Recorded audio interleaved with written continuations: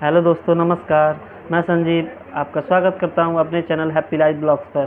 तो दोस्तों, आज मैं सीटेट 2024 के लेकर कुछ बातें बताने आया हूं आपको। जो लोग पहली बार इस एग्ज़ाम को देने जा रहे हैं उनके अंदर काफ़ी डर बना होगा, और जो लोग इस एग्ज़ाम में असफल हो गए एक दो बार उनके अंदर भी काफ़ी डर बना होगा, काफ़ी मेहनत करने के बावजूद भी।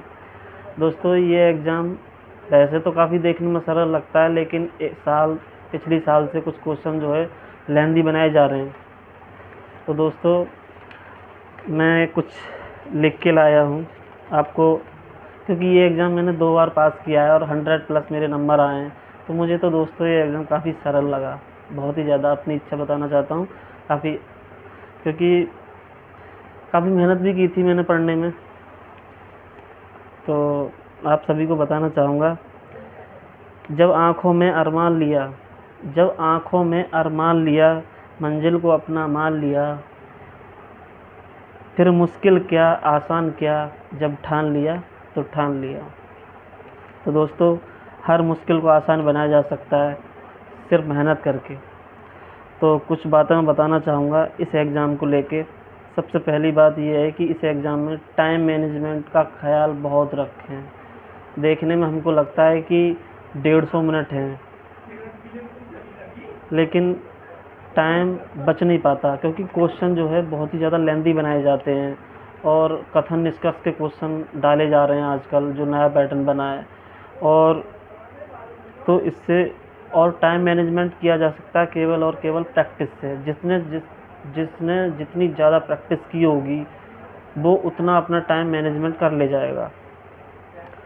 और दूसरी बात मैं बताना चाहूँगा दोस्तों, कि भाषा की समझ यानी लैंग्वेज अंडरस्टैंडिंग, क्वेश्चन को 2 बार पढ़ें। हर क्वेश्चन को, अगर कोई क्वेश्चन समझ में नहीं आ रहा है तो उस क्वेश्चन को 2 बार पढ़ें और उसकी भाषा को समझने की कोशिश करें कि आखिरकार वो क्वेश्चन क्या पूछना चाह रहा है। जल्दीबाजी में क्वेश्चन को ना करें।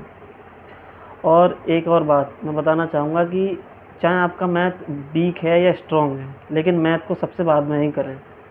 भले ही आपका मैथ स्ट्रॉन्ग हो, लेकिन फिर भी उसे बाद के लिए छोड़ दें। और जिन लोगों का वीक है वो मैथ को बाद में ही करें। और एक और बात मैं बताना चाहता हूँ, क्वेश्चन को एक बार नहीं, 2 बार नहीं, अगर ज़रूरी लगे तो 3 बार पढ़ने की कोशिश करें, समझने की कोशिश करें। उस जल्दीबाजी में क्वेश्चन सॉल्व ना करें।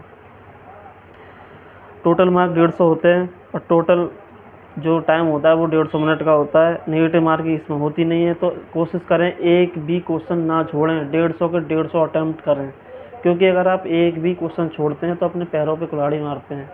अगर किसी का देखा है मैंने कि 81 रह जाता है या 89 रह जाता है, तो काफ़ी पछतावा होता है उसके बाद। तो दोस्तों, एक चीज़ मैं आपको बताना चाहूँगा, मेरी बात मानकर इस काम को आप ज़रूर करें। जैसे आज 4 तारीख हो गई, 3, 5, 6, 7, यानी 2 दिन बचे हैं आपके पास। ठीक है दोस्तों, सॉरी 3 तारीख है आज। तो 4, 5, 6, 3 दिन बचे हैं ना आपके पास। तो 2020 से लेके 2024 तक जो भी सीटेट के एग्ज़ाम हुए हैं उन सबको प्रैक्टिस करो, ज़्यादा से ज़्यादा प्रैक्टिस करो। PYQ पिछले साल के जो क्वेश्चन हैं 2020, 21, 22, 23, 24, इनकी क्वेश्चन की प्रैक्टिस भरपूर करें। तो दोस्तों, अब इसके बाद मैं आपको कुछ टैग वर्ड बताना चाहता हूँ, ध्यान से सुने। तो सबसे पहले मैं आपको पॉजिटिव टैग वर्ड बताना चाहता हूँ। मैंने अपने टैग वर्ड कुछ लिख के लाया हूँ। सबसे पहले ये चीज़ ध्यान में रखना है हमको कि बच्चा सक्रिय हो।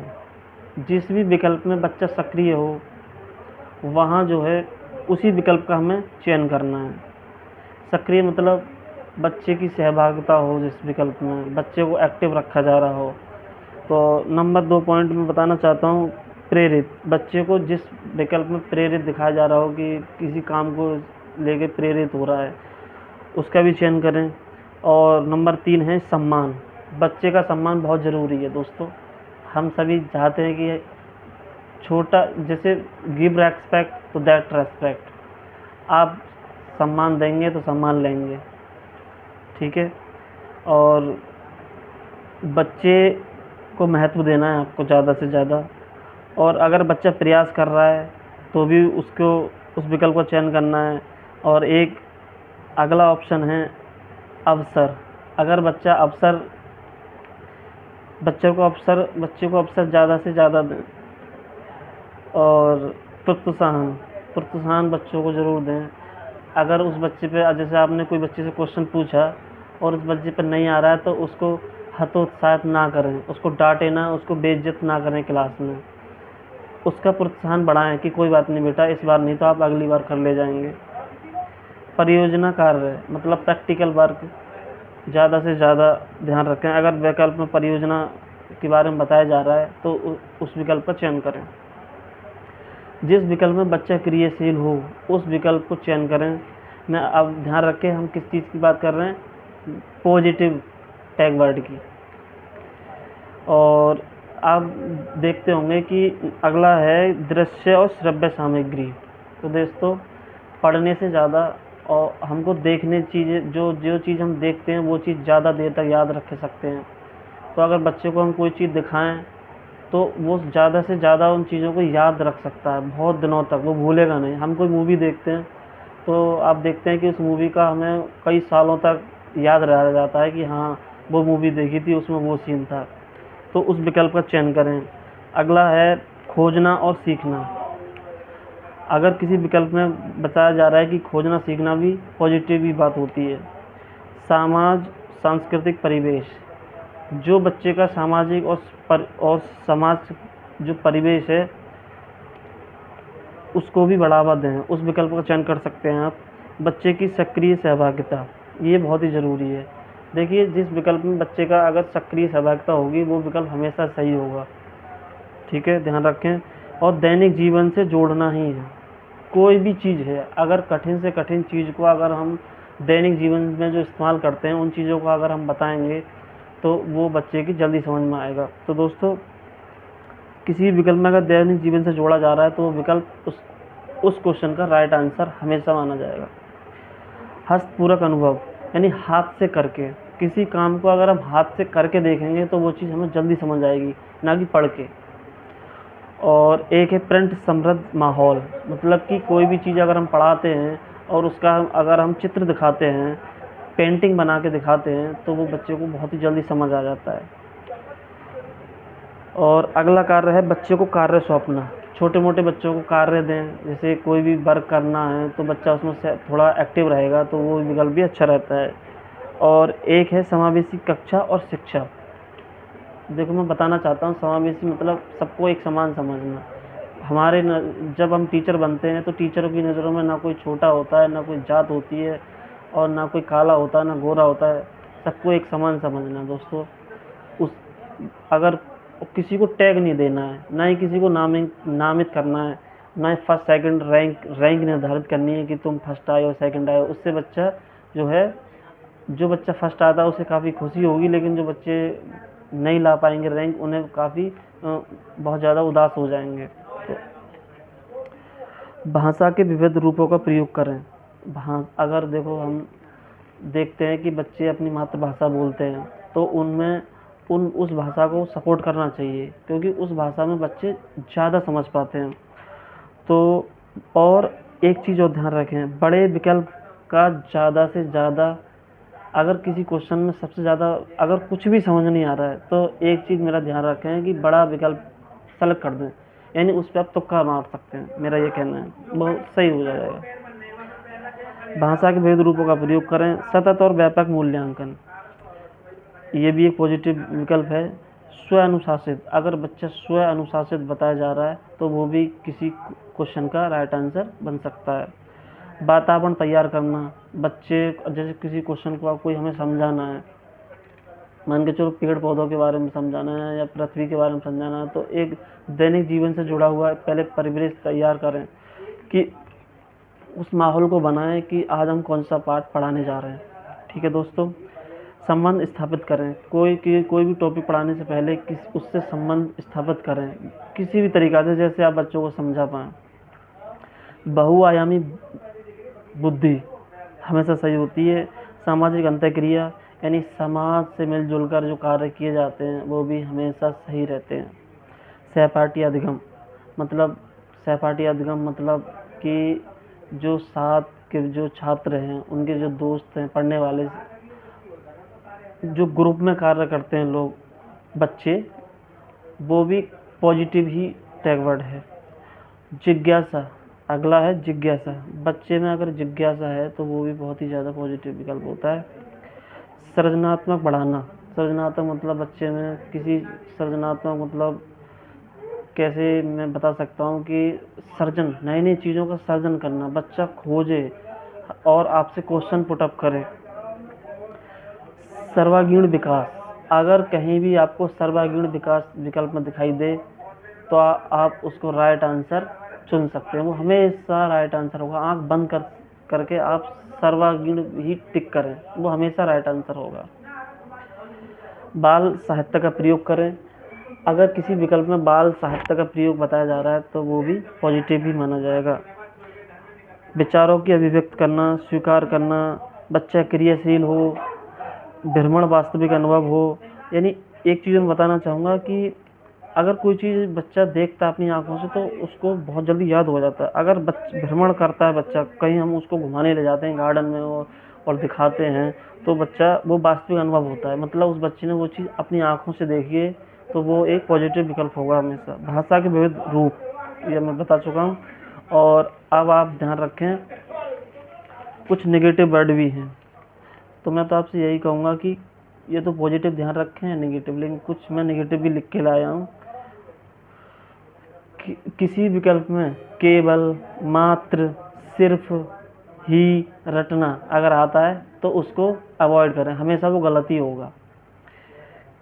व्याख्यान करना, कंठस्थ करना, क्योंकि बच्चे को हम रटा नहीं सकते, उसको याद मतलब उसको फोर्स नहीं कर सकते कि आप इस क्वेश्चन को याद करो।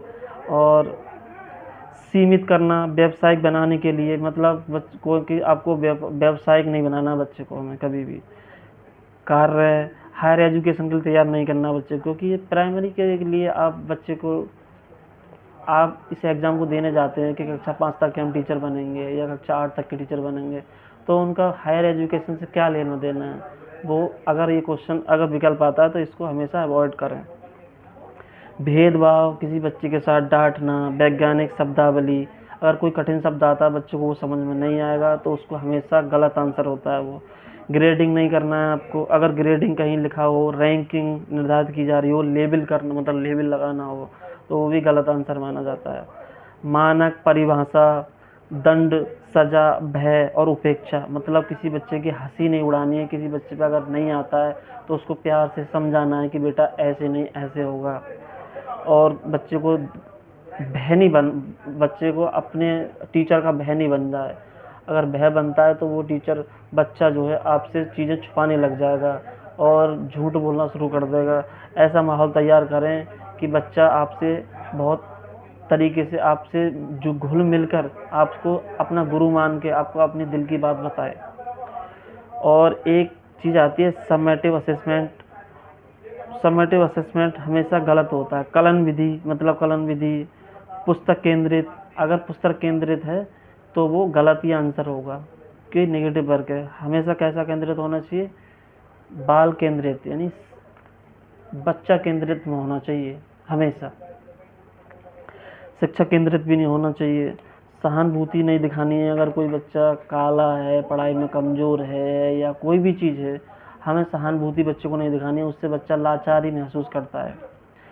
पृथक्करण नहीं करना, बच्चों को अलग नहीं करना है कि तुम इस ग्रुप में नहीं बैठोगे, तुम उस ग्रुप में बैठो, तुम उसके साथ बैठोगे, तुम उसके साथ नहीं बैठोगे। और नामांकित नहीं करना है, ये भी गलती होता है। तो दोस्तों ये थे कुछ नेगेटिव वर्ड। आई होप आप सभी को मेरे बताई चीज़ों को ध्यान रखोगे और एग्ज़ाम में अच्छे से करोगे।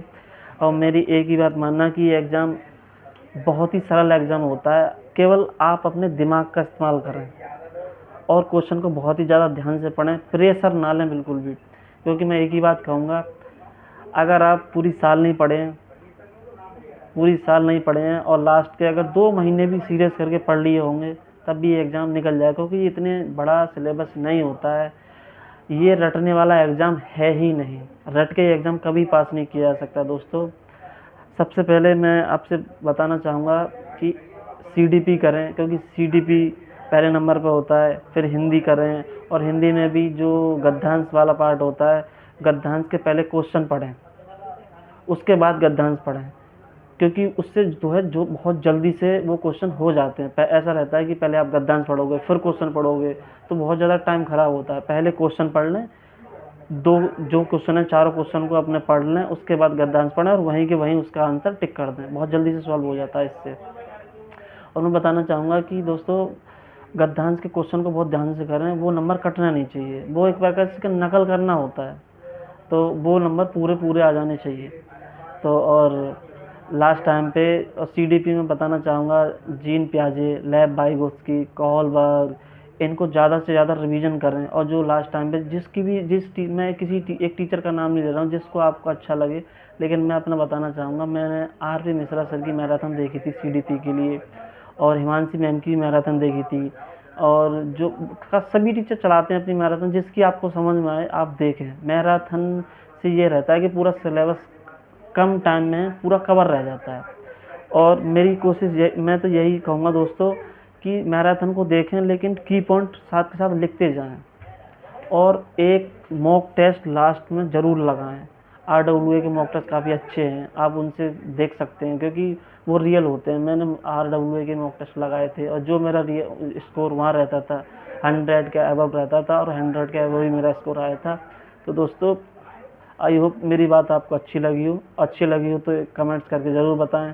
थैंक यू, बाय बाय, नमस्कार।